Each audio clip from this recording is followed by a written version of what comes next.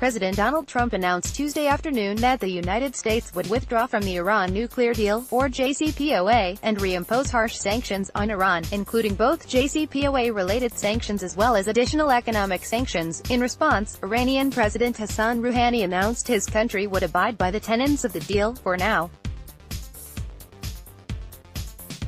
Foreign Minister Javad Zarif tweeted he will begin negotiating with the remaining JCPOA participants, to include France, Germany, the UK, Russia and China, seeking an outcome that will ensure the deal's full benefits for Iran. Outcome will determine our response. Leaders of the UK, France, and Germany have jointly urged Iran to remain in the deal and continue meeting its commitments. However, two of the United States' largest regional allies, Israel and Saudi Arabia, released statements in support of President Trump's decision to withdraw from the deal.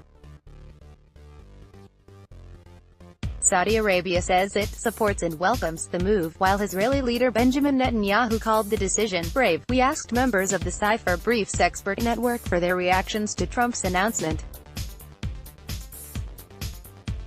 Antony Blinken, former Deputy Secretary of State under President Barack Obama, blowing up the deal puts us on a collision course with Iran and our closest allies.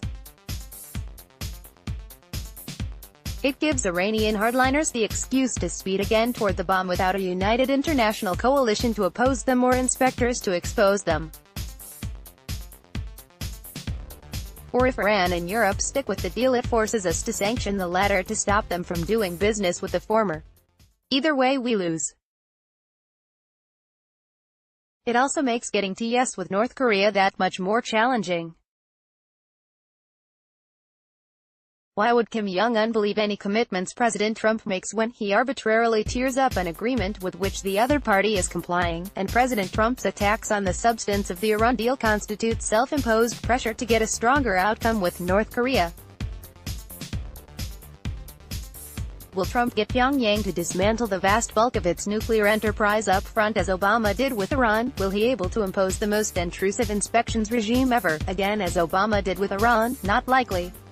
AMB. James Jeffrey, former U.S. ambassador to Iraq and Turkey, Trump's Iran decision is a risky choice, but the next steps will determine whether it is a serious mistake. The full U.S. Pullout of the JCPOA and reinstitution of U.S. sanctions per se neither dramatically increase economic pressure on Tehran nor slow Iran's theoretical ability to obtain nuclear weapons. In fact, by ending totally U.S. participation in the agreement, the president opened the door to Iran, as allowed under the JCPOA's Article 36, pulling out of all or many of the current constraints on its enrichment program. These new U.S. sanctions themselves can little hurt the Iranian economy, as most Iranian activities have remained under U.S. sanctions for other purposes such as counterterrorism. What brought Iran to an agreement in 2015 was global economic sanctions, particularly on Iranian oil exports, but there is no indication that major oil export players such as the Europeans or China will implement U.S. sanctions. Nor does the president's decision itself impact Iran's destabilizing behavior around the region. Thus, the administration in its follow-up will have to explain how it will exert such global economic pressure on Iran, respond to Iran in Syria and Yemen, and stop it, if no longer constrained by the JCPOA, from moving quickly to amass sufficient highly enriched uranium to make a nuclear weapon. Trump's action signals his intent to do his own, rather than implement former President Barack Obama's, approach to Iran.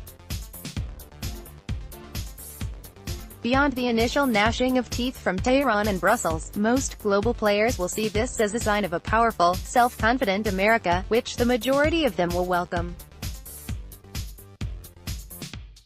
But that welcome will soon pale if Trump cannot answer the above questions, and if he winds up in a lasting diplomatic dispute with European allies whom we need to help contain not just Iran but Russia and potentially China. Finally, what Trump is doing in this dramatic fashion is to challenge Obama's entire diplomatic legacy, not just on the flagship JCPOA, but the whole Obama concept of resolving international conflicts by compromises with expansionist states.